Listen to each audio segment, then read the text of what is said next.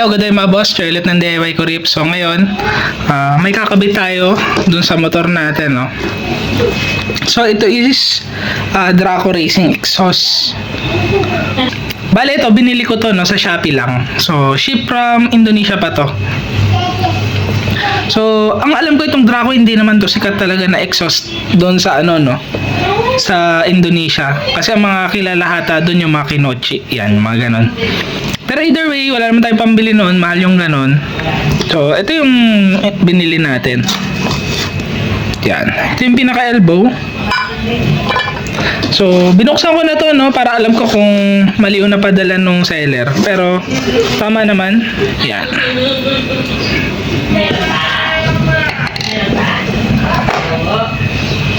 Yan. So ang binili natin pang NMAX V2. Yan. So, unang na-notice natin, kulang yung lalagyan ng tornilyo. Dapat kasi tatlo yan kung NMAX V2. Isa sa taas, dalawa sa baba. So, ang mangyayari, magiging tigisan na lang. Tapos, ang nagustuhan ko pa dito, no, is yung elbow. Kasi parang stock size ito nung pang NMAX. Ang NMAX kasi, no, yung dito, yung papunta na dun sa throttle body, 16mm yun. So ito is 16mm. Tapos pagdating dito, yung papunta dito sa may pinaka exhaust na talaga, ito is 18mm. Yan. So at least stock yung size nung pinaka elbow. Kasi dati nagtry ako magkabit, yung malaki yung elbow, yung mataba, parang 32mm yun. Parang nahirapan yung motor, bumagal yung takbo.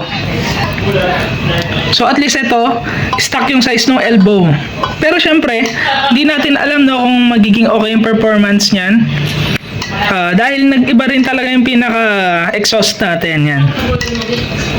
Tsaka hindi natin alam yung pagkaka-reviver nito sa loob. So kung tatanungin nyo ako, no, kung need bang i-remap to o hindi, ang ina-advise talaga ng iba is i-remap. Kasi meron mga motor na nasisiraan ng makina dahil hindi pina-remap yung motor after magpalit ng pipe or ng exhaust.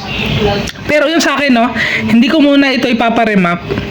Kasi i-testing ko muna yung performance niya. So kung wala namang magbabago dun sa takbo, siguro hindi ko na ipapa-remap. Pero pagka nagkaroon ng pagbabago dun sa takbo, halimbawa nahirapan yung motor umandar, yan, syempre no choice tayo, papa-remap natin yon. So ito, madali lang naman to ikabit dun sa NMAX V2 kasi plug and play to. Dahil pang NMAX talaga to. Ayun nga lang, mababawasan tayo ng tornilyuhan. So mangyayari, kakabit ko na muna to, no, tapos magsa-sound check na tayo mamaya. Bale, ito yung pipe natin, ano. So ito yung mga kailangan niyang tanggalin. Isa, dalawa, tatlo. Tapos meron dalawang screw dun sa ilalim. Yan. So dalawa na lang yung magagamit natin dito, isa sa taas, isa sa baba. Hindi ko lang alam kung ito yung magagamit natin at saka ito. Tapos pwede ko naman sanang tanggalin yung pinaka lagayan. Ito is removable kasi itong mga to. Yan. Yan, mga yan, removable yan. Pati ito. Kaso nga lang, bago ko kasi matanggal yan, need kong tanggalin yung buong swing arm. Pero siguro hayaan ko na lang muna na mayroong excess na isang tornilyuhan. Yan. So tanggalin ko na muna yung mga screw, tapos kabit na natin yung pipe. Di bali ganyan yung magiging itsura niya. Clean look lang kasi silver. Yan. Stainless. So bumagay doon sa mga silver din natin na iba. Di bali ang magagamit nyo is yun nandito sa bandang likod. Ito hindi. Iniisip ko kung tatanggalin ko na to. Tapos yung sa ibabaw. Tapos yung dalawang screw sa baba. Kailangan nyo ikabit. Ngayon sa sound check natin, ano. Start nyo lang. Yun, oh.